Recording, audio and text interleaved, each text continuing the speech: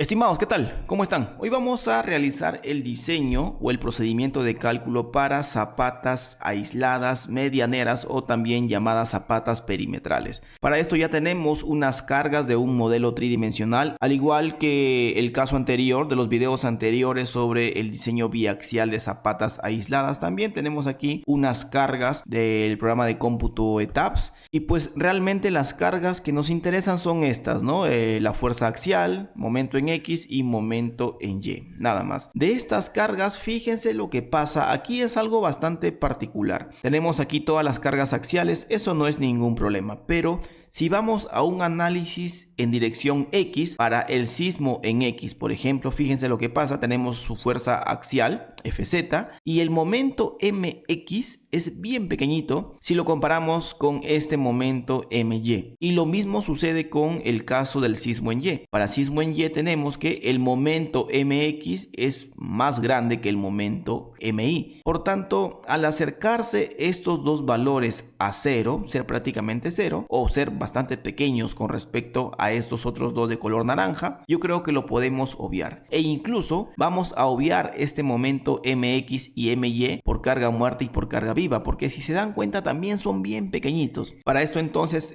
cuando tengamos las cargas por gravedad, tendremos carga muerta, carga viva, las que están por aquí. Las cargas de sismo en X son estas, la fuerza axial y el momento YY. Ya saben que este momento se coloca con signo cambiado. Aquí tenemos 1,77 negativo, acá tendremos 1,77 positivo. Lo mismo para sismo en X negativo y lo mismo para sismo en Y positivo y Y negativo. Ahora vayamos al dimensionamiento en planta. Esto también lo hemos visto bastante en los videos anteriores, así que no voy a profundizar tanto en esto. El área en planta aquí me resulta 2.4 metros cuadrados y acá va lo distinto cuando vemos zapatas medianeras, ¿no? Aquí nosotros consideramos como que este valor de B aproximadamente sea el doble del valor de T. Si hacemos eso, obtenemos un valor de T igual a 1.1. Podemos iniciar los cálculos con esas dimensiones. Yo le voy a dar T igual a 1.2, por tanto B sería 2.4. Calculo la inercia en X, en Y. Bueno, aunque realmente esta inercia en X no la vamos a usar,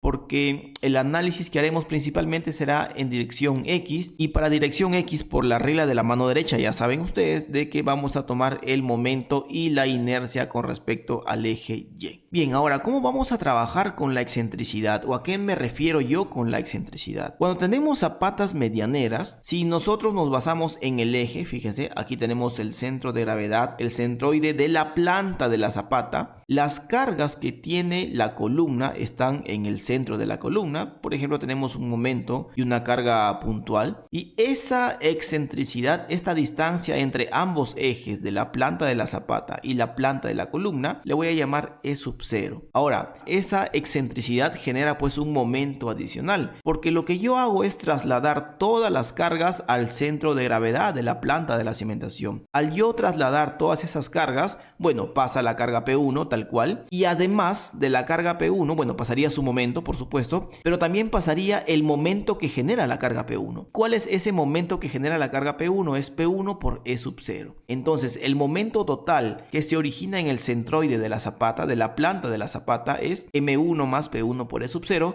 y la carga axial se mantiene la misma. Entonces eso es muy pero muy importante. También es importante considerar el peso de la cimentación. En los casos anteriores de zapatas aisladas concéntricas, yo no había considerado el peso de la cimentación porque realmente el cálculo no es que sea tan complicado, pero cuando hablamos de zapatas medianeras o perimetrales, ya el peso de la cimentación va a tomar un rol bastante importante. El peso de la cimentación va a hacer que la zapata se equilibre y se estabilice. Por tanto, sí es muy pero muy importante tener en cuenta tanto el peso de la cimentación como el peso del suelo que está por encima de la zapata. Ahora, aquí lo que estoy considerando es que tanto el peso de la zapata como el peso del suelo están actuando en el centro de gravedad de la planta de la cimentación. Y a pesar de que esto esté, digamos, no totalmente centrado, porque no todo es suelo, acá tenemos una parte de concreto que es la parte de la columna, yo lo puedo considerar como si todo fuese suelo, porque esta parte de la columna va a ser bastante pequeña. La sección del área de la columna yo creo que será muy pequeña si lo comparamos con el resto del área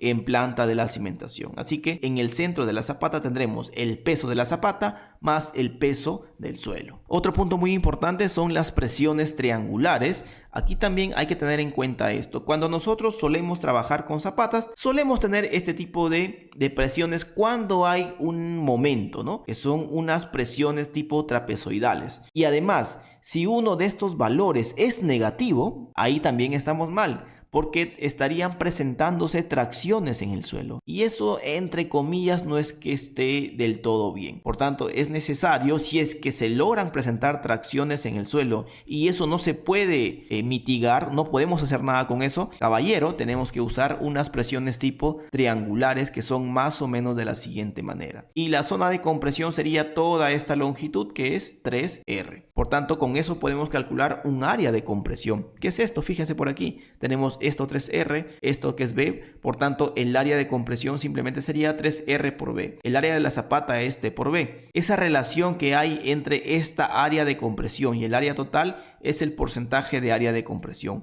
Esto, para que sea un cálculo relativamente correcto, tendría que ser mayor que el 75%. Vamos ahora a calcular las presiones cuando tenemos el sismo en dirección X positivo. Estas son todas las cargas que las hemos obtenido del programa de cómputo, todo esto que está por aquí arriba, el PZ y el PS, ¿no? El peso de la cimentación, de la zapata, el peso del suelo, lo hemos obtenido también, y este valor de E sub 0, que es esa excentricidad. Con esto calculamos cuáles serían, por ejemplo, los momentos que se generan debido a esa supuesta excentricidad o debido a esta excentricidad E sub 0. Simplemente colocamos las cargas, la carga muerta y la carga viva van hacia abajo y la carga de sismo, como es negativa, quiere decir que va hacia arriba. Entonces simplemente el momento que genera cada una de estas cargas axiales es la carga por su excentricidad E sub 0. Y eso es esto, fíjense, esto que está por aquí. Pero obviamente este momento, debido a esta carga de sismo, la carga axial de sismo, el momento es en sentido contrario. Nosotros estamos considerando como que el momento así en sentido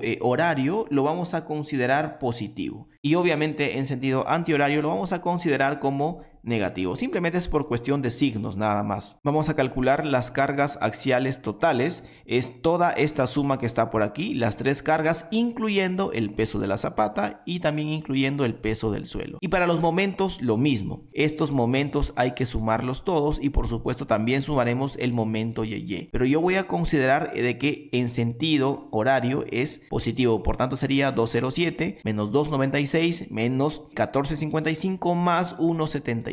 Esto resulta este valor, con eso calculo la excentricidad, no es necesario que le coloque el signo, simplemente el valor absoluto. Y si lo comparamos con T sextos, podemos observar de que este valor de la excentricidad es mayor que T sextos. Por tanto, sí se generan tracciones y eso se puede observar en el cálculo de las presiones. Vamos por aquí nuevamente para las presiones en sismo en X negativo. Hacemos el mismo procedimiento de cálculo. Nuevamente se puede observar que se genera una presión negativa y por aquí una presión alta positiva. Entonces, como obviamente hay una presión negativa, entonces tenemos que usar obligatoriamente las presiones tipo triangulares.